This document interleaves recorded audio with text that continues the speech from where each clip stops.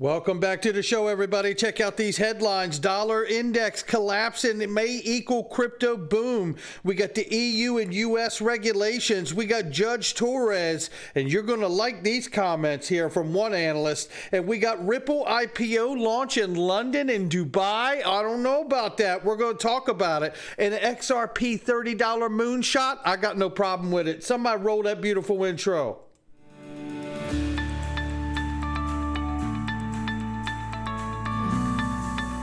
Digital Perspectives with Brad Kimes. Come on in.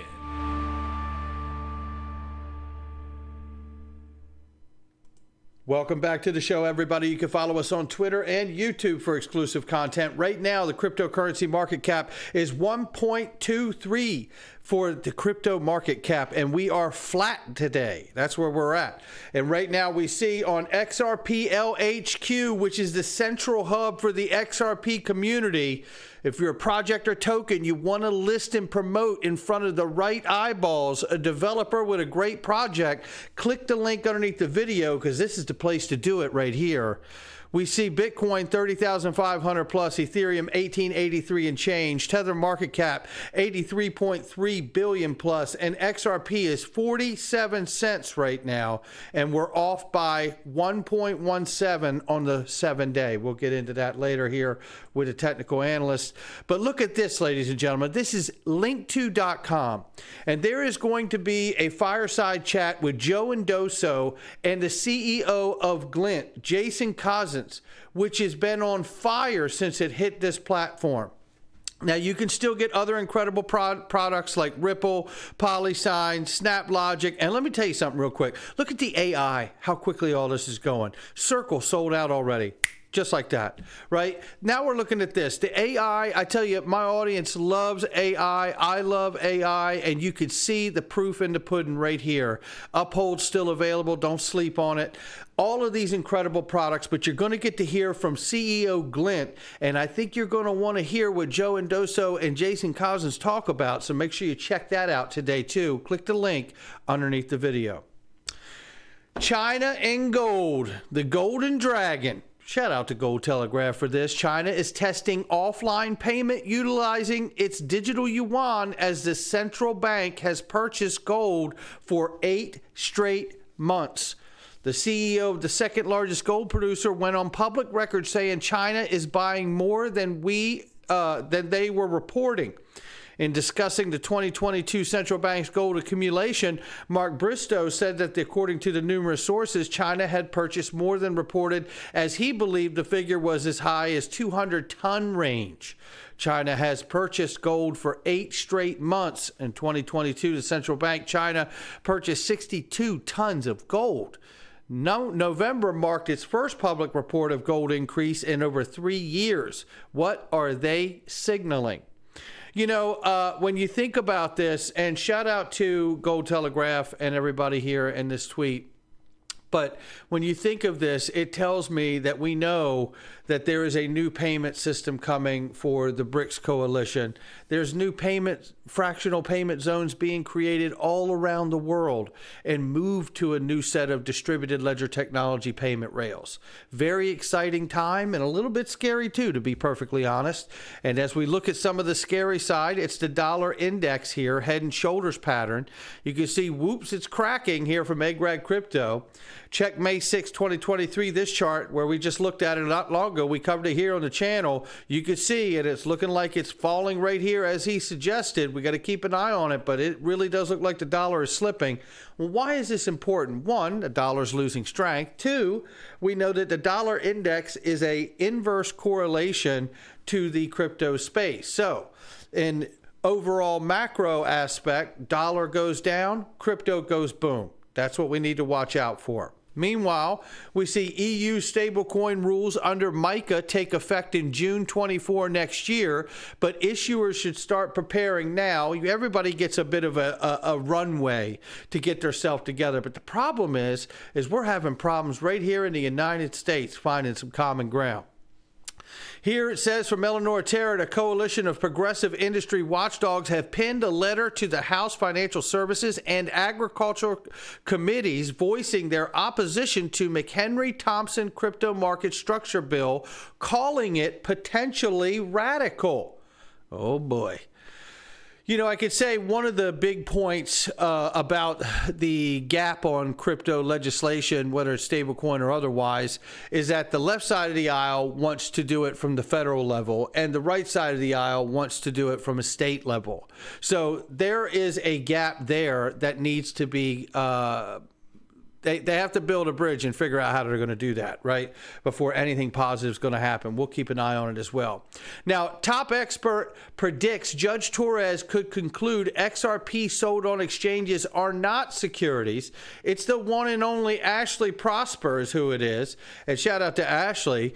She says, the way I see it, SEC experts said when XRP holders bought XRP, they were relying on Ripple's efforts to increase the XRP price. But if you remember, Judge Torres said, you can't tell me what XRP holders were thinking when you didn't speak to any of them. Plus, you admit that if you had, it may have changed your report. All right, now let's add in her thoughts here. Besides, I have about 3,000 affidavits from actually XRP holders that contradict your conclusion.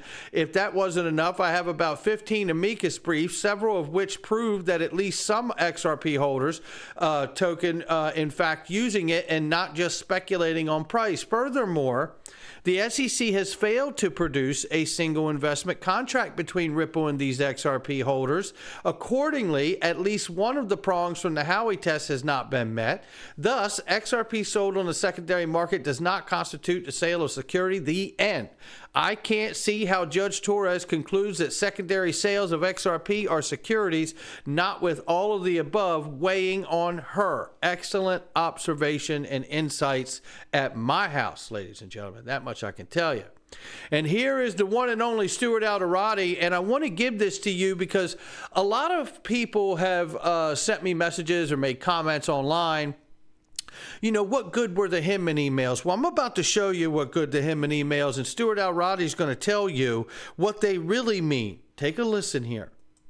Is this what you expected to uncover in these documents? Yeah, now we have seen, we got access to these documents last year, and the judge has seen them.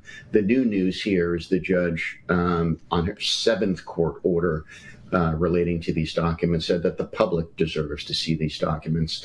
But yes, this corroborates a number of very important, relevant things, or things that are relevant to our case. One, that when the law is faithfully applied, when you faithfully apply the statute in the famous 1946 Supreme Court case known as Howey, the SEC has no case.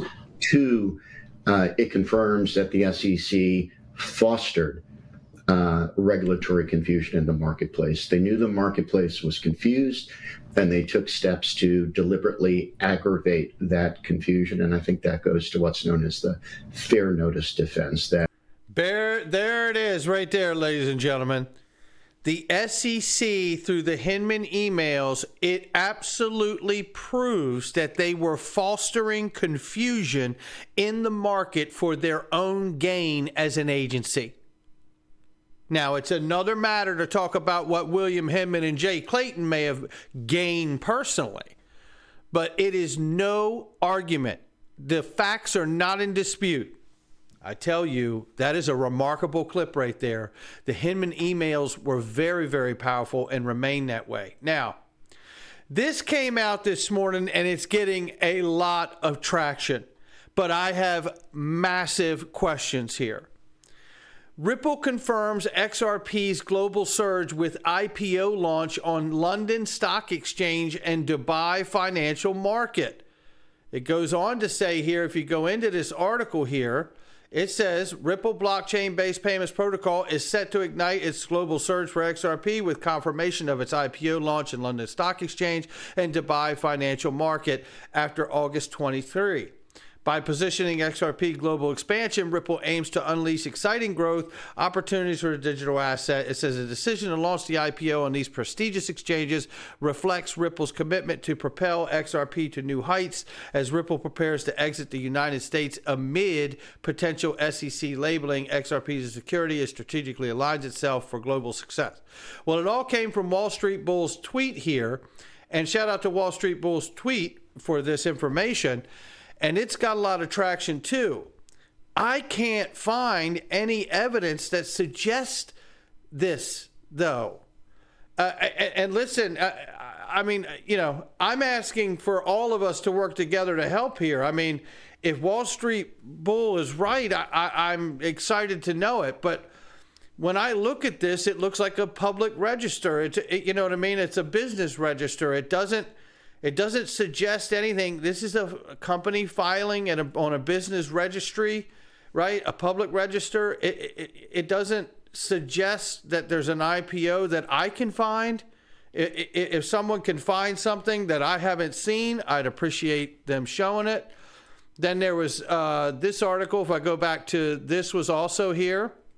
Now registered and operating out of the new European headquarters in London, this move demonstrates Ripple's commitment to serve European market and fostering cryptocurrency growth regionally. Totally get that.